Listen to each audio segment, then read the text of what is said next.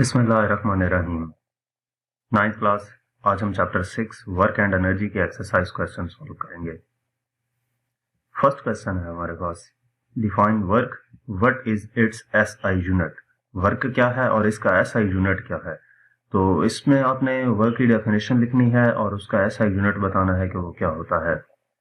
तो अगर हम वर्क की डेफिनेशन की बात करें तो हमारे पास वर्क किसकी इक्वल होता है कि जब हम किसी भी ऑब्जेक्ट के ऊपर फोर्स अप्लाई करें और जिस डायरेक्शन में फोर्स अप्लाई की जा रही है उसी डायरेक्शन में वो ऑब्जेक्ट जो है कुछ डिस्प्लेसमेंट कवर करे तो उसको हम वर्क का नाम देते हैं। इसका फार्मूला हमारे पास W equal to F dot D यानी कि W equal to F D cos theta होता है। ऐसा यूनिट जो है वर्क का वो हमारे पास जॉउल होता है। नेक्स्ट हमारे पास क्वेश्चन है, question number 3, when does a force do work, explain. जो फोर्स है वो वर्क कब करती है इसको एक्सप्लेन करना है हमने। तो जब एक फोर्स जो एक्ट कर रही है किसी भी बॉडी को और वो उसमें डिस्प्लेसमेंट पैदा करती है यानी कि वो ऑब्जेक्ट जो है उस फोर्स की डायरेक्शन में कुछ डिस्प्लेसमेंट कवर करता है तो उस वक्त हम कहते हैं कि वर्क डन हो रहा है।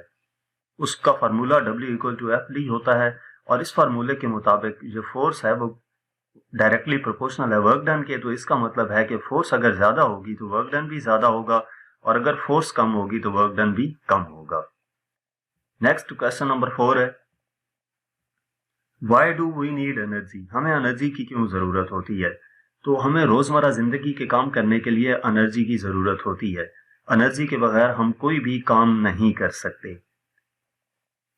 हमारे पास इर्द गिर्द जितने भी नेचुरल फिनोमेना हैं हर फिनोमेना में एनर्जी रिक्वायर्ड होती है। इवन के अगर हम ट्रीज की बात करें तो जो ट्रीज हैं उनको भी फलने फूलने के लिए एनर्जी की जरूरत होती है। जो फूड एनर्जी वो जो सनलाइट की मौजूदगी में फोटोसिंथेसिस के जरिए से अपना फूड खुद तैयार करते हैं तो वो फूड एनर्जी उनको रिक्वायर्ड होती है ग्रो करने के लिए। तो इसी तरह बाकी जितनी भी हमारे पास हैं नेचुरल फिनोमेना है इर्द गिर्द या आर्टिफिशियल फिनोमेना है वहां पे भी काफी सारे जगहों पर एनर्जी रिक्वायर्ड होती है। अब for example energy of the running water can be used to run water mills और वाटर टरबाइंस। रनिंग वाटर की जो एनर्जी होती है उसको इस्तेमाल करके वाटर मिल्स को रन किया जाता है या वाटर टरबाइंस को चलाया जाता है जो कि बिजली पैदा करती हैं।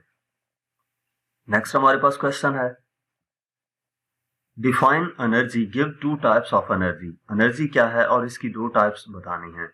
तो एनर्जी की डेफिनेशन लिखनी है कि किसी भी बॉडी की वो एबिलिटी जिसकी वजह से वो वर्क करता है, ability to do work is called energy. इसकी दो टाइप्स होती हैं मैकेनिकल एनर्जी की, एक काइनेटिक एनर्जी है और दूसरी पोटेंशियल एनर्जी है। काइनेटिक एनर्जी वो एनर्जी होती है जो किसी भी बॉडी के अंदर मोशन की वजह से हो, यानी कि कोई भी ऑब्जेक्ट मूव कर रहा है तो उस वक्त जो उसमें एनर्जी होती है उसको काइनेटिक एनर्जी कहेंगे। जैसा कि कार अगर स्ट्रेट रोड पे मूव कर रही है तो उसमें काइनेटिक एनर्जी मौजूद होगी। तो इसका फार्मूला हमारे पास के E इक्वल टू 1/2 mv² होता है। और जो पोटेंशियल एनर्जी है किसी भी बॉडी के अंदर हाइट की वजह से जो एनर्जी स्टोर होती है यानी कि पोजीशन चेंज होने की वजह से उसको हम पोटेंशियल एनर्जी का नाम देते हैं। लाइक अगर एक ब्रिक को कुछ हाइट पे ले जाया जाए तो उसके अंदर पोटेंशियल एनर्जी स्टोर हो जाएगी। तो P इक्वल टू mgh इसका फार्मूला है। नेक्स्ट हमारे पास क्वेश्चन है, question number 6, define kinetic energy and derive its relation. Kinetic energy क्या है और उसका रिलेशन हमने ड्राइव करना है। तो काइनेटिक एनर्जी का जो फार्मूला है, energy possessed by a body. Definition पहले लिखते हैं कि energy possessed by a body due to its motion is called its kinetic energy. कि किसी भी बॉडी के अंदर मोशन की वजह से, मूव करने की वजह से जो एनर्जी आ जाती है उसको काइनेटिक एनर्जी का नाम दिया जाता है। अब इसकी एक्सप्लेनेशन देखते हैं कि कंसिडर करते हैं एक बॉडी है जो मूव कर रही है जिसका मास m है और वो मूव कर रही है वेलोसिटी v के साथ। बॉडी स्टॉप कर जाती है कुछ टाइम के बाद, जब कितना डिस्टेंस s कवर कर ले तो फोर्स ऑफ फ्रिक्शन की वजह से वो स्टॉप कर गई। अब जो बॉडी है उसमें काइनेटिक एनर्जी मौजूद होगी और वो इस काइनेटिक एनर्जी की वजह से वर्क कर सकती है। तो kinetic energy of the body किसकी इक्वल होगी, work done due to motion, यानी कि K E equal to work done F S की इक्वल होता है। तो ये लिख दिया। अब इनिशियल वेलोसिटी जो उस बॉडी की है उसको हमने v का नाम दे दिया और फाइनल वेलोसिटी 0 कर दी, क्योंकि फ्रिक्शन की वजह से वो ऑब्जेक्ट s डिस्टेंस कवर करने के बाद रुक गई थी। जब स्टॉप हो गई थी तो उसका मतलब ये है कि उसकी फाइनल वेलोसिटी 0 आ जाएगी। और Newton second law of motion के मुताबिक F इक्वल टू ma, यानी कि जहां पर जो फोर्स उसके ऊपर अप्लाई हो रही है वो उसके मास इनटू एक्सेलरेशन के इक्वल है। तो यहां से a equal to minus F over M आ जाता है। ठीक है, एक्सेलरेशन इक्वल होगा माइनस एफ ओवर एम के। ये एक्सेलरेशन की वैल्यू के साथ जो नेगेटिव साइन आया है ये शो कर रहा है कि जो मोशन है वो ऑपोजिट डायरेक्शन में है। अब इन वैल्यूज को अगर हम इस इक्वेशन में पुट कर दें, कौन सी इक्वेशन में? थर्ड इक्वेशन ऑफ मोशन में। थर्ड इक्वेशन ऑफ मोशन हमारे पास है 2as equal to V F square minus V I square. तो वो वैल्यूज जहां पर पुट करते हैं 2a की value minus F over M into S equal to V F 0 कर दिया था माइनस वी आई वी था। तो ये minus 2fs over M equal to minus V square आएगा, माइनस माइनस से कैंसल, तो और ये m इधर जाकर मल्टीप्लाई होगा, 2 इधर जाकर डिवाइड हो जाएगा, तो F S equal to 1/2 mv square. और एफ एस हमने क्या नाम दिया था कि ये वर्क डन जो है वो काइनेटिक एनर्जी की इक्वल है, तो के ई यहाँ पे 1/2 mv स्क्वायर आ जाएगा। ये काइनेटिक एनर्जी का फार्मूला ड्राइव हो गया। नेक्स्ट हमारे पास क्वेश्चन है, define potential energy and derive its relation. Potential energy क्या है और उसका रिलेशन ड्राइव करना है। तो energy possessed by a body due to its position is known as potential energy. किसी भी बॉडी की पोजीशन चेंज होने की वजह से जो एनर्जी उसमें आ जाती है उसको पोटेंशियल एनर्जी का नाम दिया जाता है। इसकी एग्जांपल क्या है? जो वाटर स्टोर किया जाता है वो पोटेंशियल एनर्जी पोजेस, यानी कि उसमें किसी भी हाइट पर जब किसी वाटर को स्टोर किया जाएगा तो उसमें पोटेंशियल एनर्जी मौजूद होगी। या एक ब्रिक है उसको हम एक हाइट पर ले जाते हैं तो उसमें पोटेंशियल एनर्जी मौजूद होगी। अब इसकी जो हमारे पास एक्सप्लेनेशन है, यानी कि फार्मूला ड्राइव करना है, तो कंसिडर करते हैं कि एक बॉडी जिसका मास m है और उसको कुछ हाइट h तक ले जाया गया है ग्राउंड से, तो बॉडी में पोटेंशियल एनर्जी आ जाएगी जो इक्वल होगी वर्क डन के। कौन सा वर्क डन? जो उस बॉडी के ऊपर अप्लाई किया हाइट h तक ले जाने के लिए। तो इसके मुताबिक हम क्या लिख सकते हैं? पोटेंशियल एनर्जी इक्वल होगी वर्क डन के, वर्क डन एफ एस के इक्वल होता है। तो पोटेंशियल एनर्जी फोर्स जहां पर जो लग रही है वो उसके वेट के इक्वल होगी, यानी कि जितना उसका वेट है उसके इक्वल फोर्स उसके ऊपर लगानी पड़ेगी नीचे से ऊपर की तरफ उसको हाइट h तक ले जाने के लिए। तो एफ डब्ल्यू की इक्वल होगी और वेट के इक्वल, और s डिस्टेंस जो है उसको हमने हाइट लिख दिया। अब w इक्वल होता है mg के, तो pe इक्वल टू mgh आ जाएगा। ये हमारे पास फार्मूला है पोटेंशियल एनर्जी का। नेक्स्ट हमारे पास क्वेश्चन है, Why fossil fuels are called non-renewable form of energy? Fossil fuels को non-renewable form of energy क्यों कहा जाता है? Fossil fuels को non-renewable forms of energy इस वजह से कहते हैं कि पहली बात तो ये कि ये finite resources हैं, ठीक है, और millions of years लगते हैं इसको बनने में, और जो उनका rate of consumption है much faster than their rate of replenishment, यानी कि जिस रेट पे वो बनते हैं उससे ज्यादा रेट पे वो क्या होते हैं? इस्तेमाल हो जाते हैं।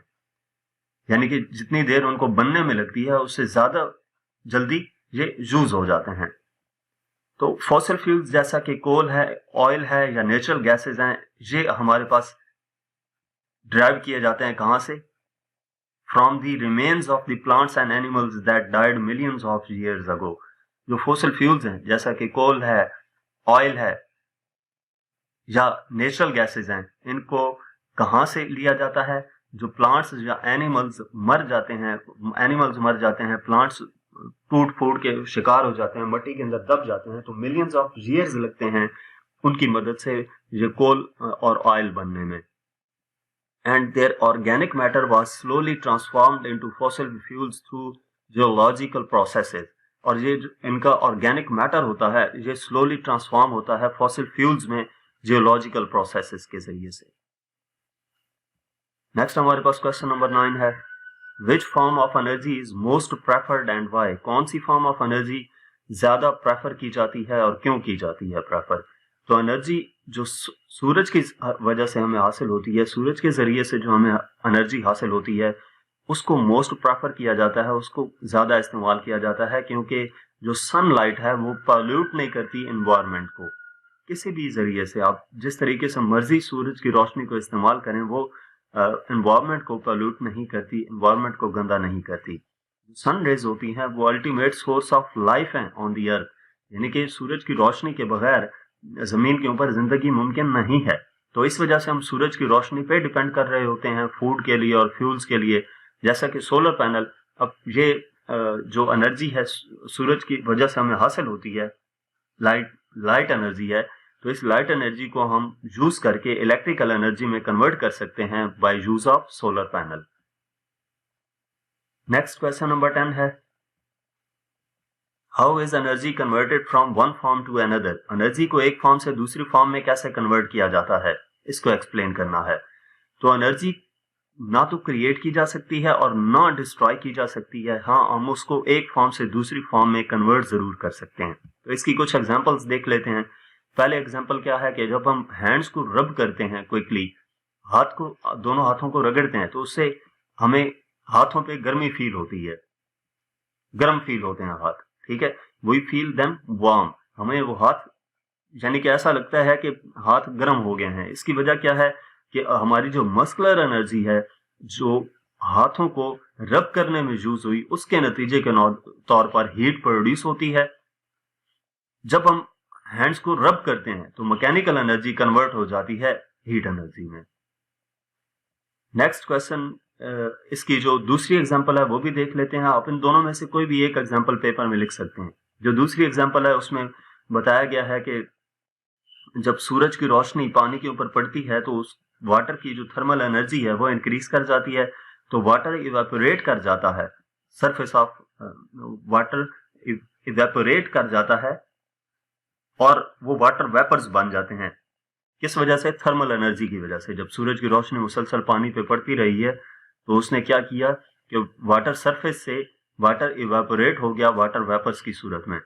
ये जो वेपर्स हैं ऊपर जाते जाते हैं और ये ऊपर जाकर क्लाउड्स बनाते हैं। अब वो जब ठंडे हो जाते हैं तो वो वाटर ड्रॉप्स की सूरत में, रेन की सूरत में नीचे आते हैं।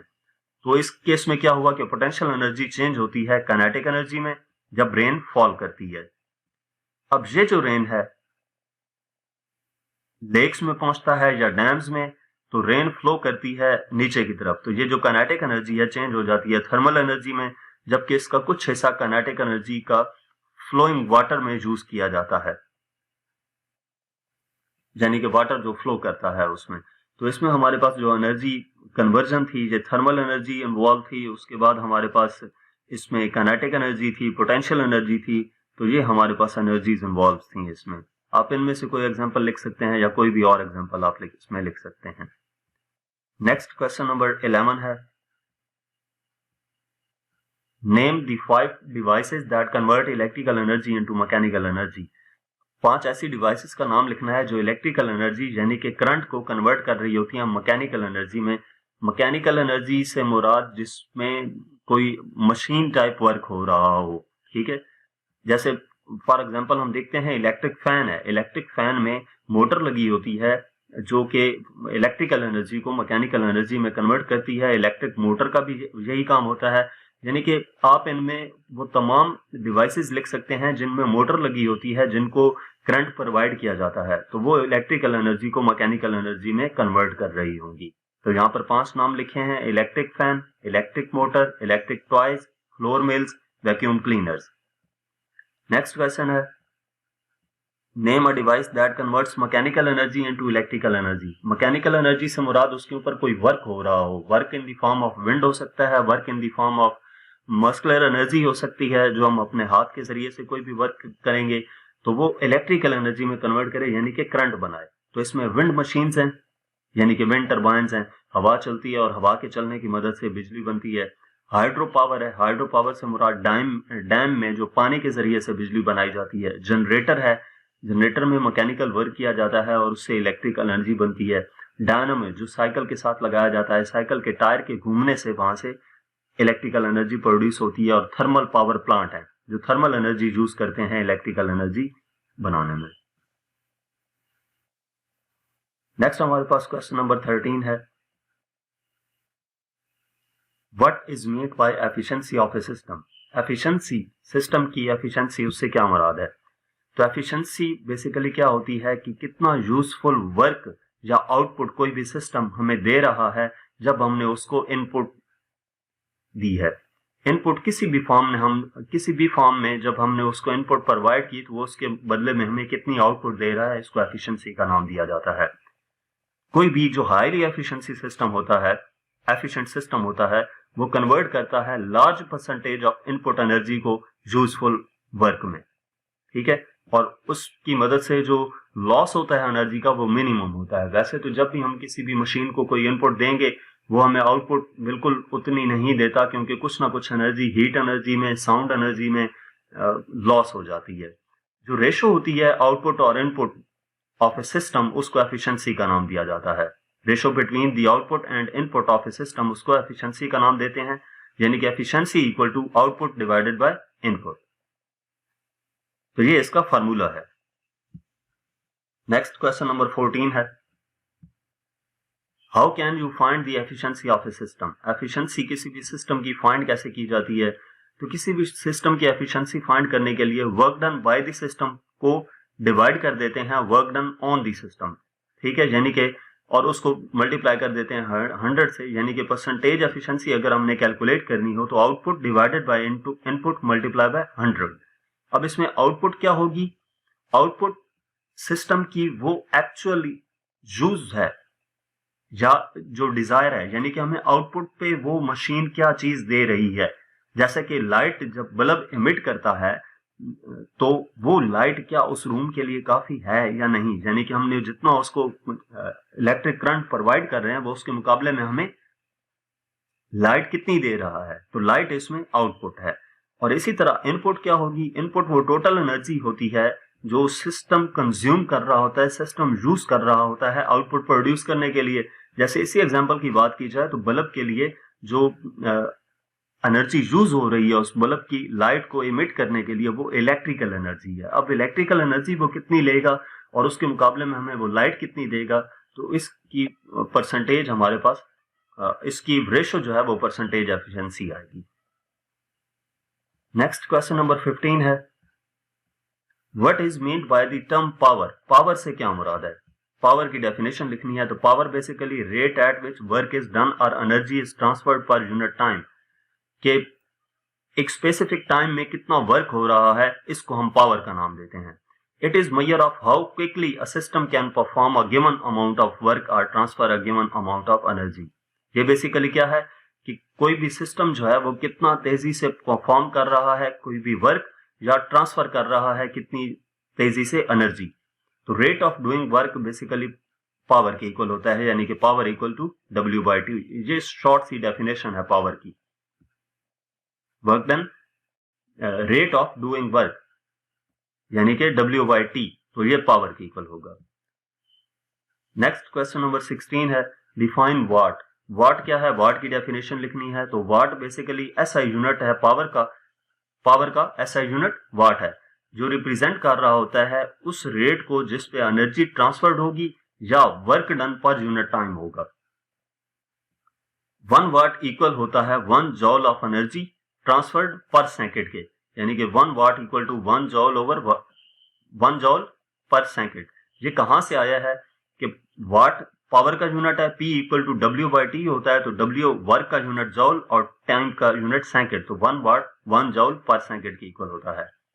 अगर हम प्रैक्टिकल टर्म्स की बात करें तो वाट को यूज किया जाता है मेजर करने के लिए power output of electrical devices की पावर मेजर करने के लिए हम यूज करते हैं वाट को, जिसमें मोटर्स आ गई हैं, जनरेटर्स हैं, लाइट बल्ब्स हैं, इनके लिए इस्तेमाल किया जाता है। इसी तरह इसको इस्तेमाल करते हैं to measure the rate at which electrical energy is consumed और प्रोड्यूस्ड, कि वो रेट मेजर करने के लिए जिसपे इलेक्ट्रिकल एनर्जी कंज्यूम होती है या प्रोड्यूस होती है, such as in the case of power plants और सोलर पैनल्स, जैसा कि पावर प्लांट्स में एनर्जी यूज की जाती है या सोलर पैनल्स में यूज की जाती है।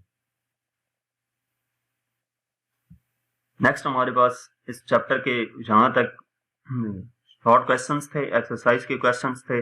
मजीद किसी भी चैप्टर की एक्सरसाइज का सोल्यूशन देखने के लिए आप हमारी वेबसाइट विजिट कर सकते हैं, या इसके अलावा आप हमें इंस्टाग्राम, फेसबुक और यूट्यूब पर फॉलो करें और अगर आप ऑनलाइन या होम ट्यूशन पढ़ना चाहते हैं तो हमसे व्हाट्सएप पे कांटेक्ट कर सकते हैं। Thank you.